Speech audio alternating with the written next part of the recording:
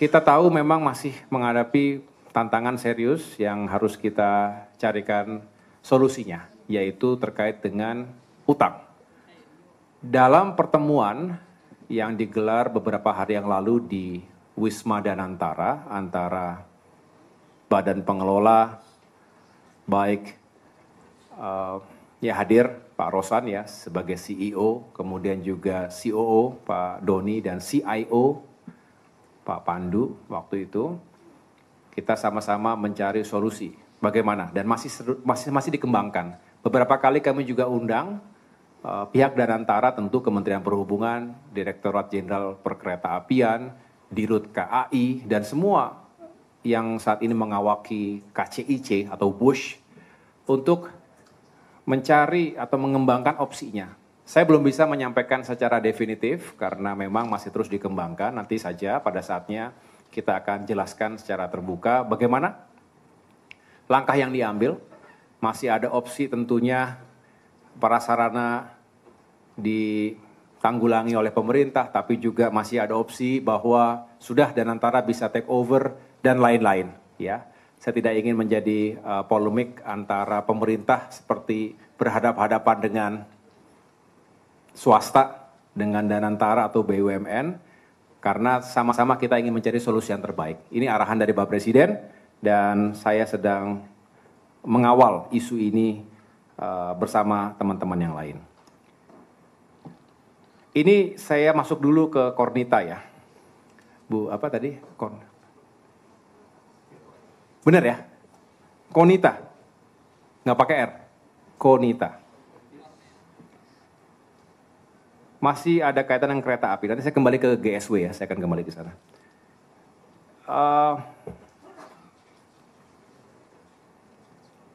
Ini memang sering menjadi pilihan yang juga membutuhkan pendekatan yang pas.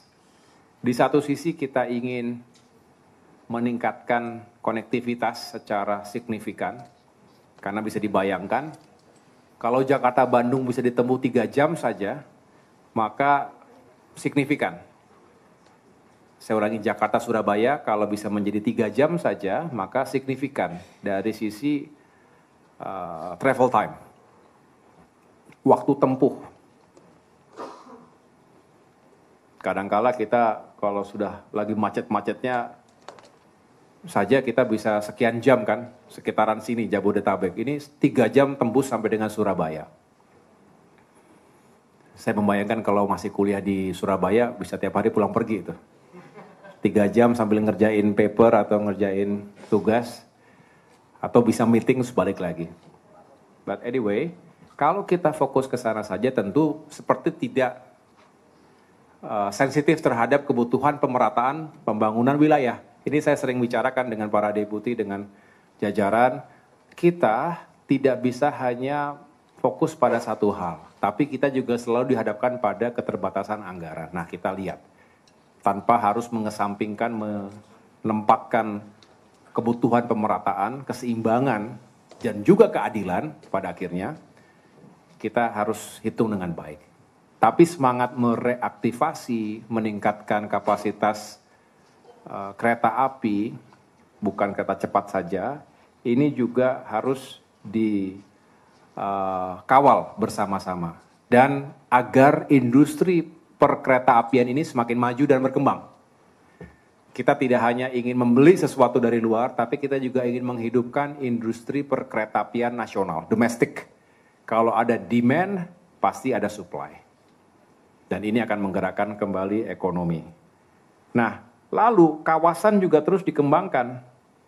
Ya, dikembangkan dan harus juga saling menguntungkan. Jangan sampai pemerintah hanya membangun jalurnya, rel kereta apinya, tapi kemudian tidak mendapatkan benefit yang lebih luas.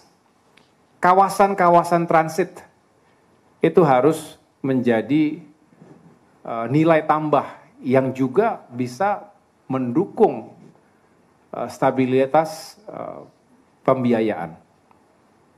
Ya, dengan pengembangan konsep TOD, dengan pengembangan kawasan, kita ada bisa menangkap yang namanya potensi dari land value capture.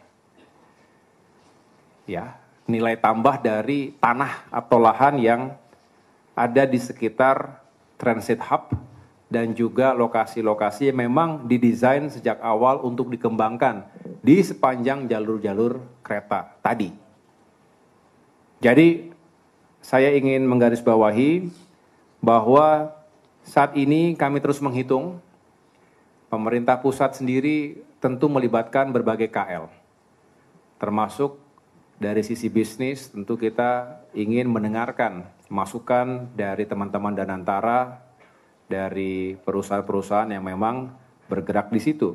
Tapi juga dari sisi pengembangan dan pemerataan wilayah kita mendengarkan masukan dan juga menarik ingin mengundang kontribusi yang real dari pemerintah daerah, provinsi, kabupaten, kota. Karena pada akhirnya itu akan mengembangkan ekonomi di daerah yang dilewati oleh kereta tersebut. Demikian terkait dengan kereta cepat maupun kereta api secara umum. Intinya KAI juga harus sehat. Karena KAI tidak hanya mengurusi kereta cepat. KAI bertanggung jawab pada sektor perkeretaapian di seluruh Indonesia. Ribuan kilometer harus juga bisa kita, rel kereta api bisa berfungsi dengan baik dan passengers harus tetap nyaman menggunakan kereta api. Oke kawan-kawan, selamat datang dan selamat kembali lagi di channel Mata Netizen kita. Dan tentunya tadi kita sudah melihat bagaimana penyampaian dari Pak AHY terkait masalah kereta cepat yang telah dipertanyakan kepada dia oleh seorang atau wartawan tadi, sehingga kita dapat melihat bagaimana jawabannya dari AHY ini terkait masalah tersebut. Dan tentunya tadi dari penyampaian Bapak AHY dia menyatakan bahwasannya dari permasalahan kereta cepat ini akan diambil alihkan oleh pemerintah atau juga akan dibantu oleh pemerintahan Merah Putih Bapak Prabowo Subianto. Dan tentunya AHY diberikan tugas untuk dapat menyelesaikan hal permasalahan ini dan tidak melambat atau juga tidak menjadi masalah atau penghalang untuk terus berjalannya kereta cepat ini. Dan tentunya kawan-kawan, dari permasalahan kereta cepat ini seharusnya banyak sekali yang menyalahkan Bapak Joko Widodo, dan tentunya ini bukan masalah Bapak Joko Widodo, tapi ini masalah teknis atau juga tentang cara pengolahannya, dikarenakan kereta cepat ini bukan hanya di Indonesia saja dibangun, karena ini dari Cina, jadi sehingga banyak kali argumen dari masyarakat kita ditipu oleh Cina. Dan tentunya itu pendapatan menurut saya yang salah kawan-kawan, karena tidak akademis sekali jawaban hal tersebut. Karena kita tahu kereta cepat ini sangat membantu masyarakat Indonesia dalam berbagai aspek kemana pun mereka bekerja atau berada, dapat mempercepat perjalanan mereka. Dan tentunya bagaimana menurut kawan-kawan terkait ini, berikan pendapatnya di bawah kolom komentar.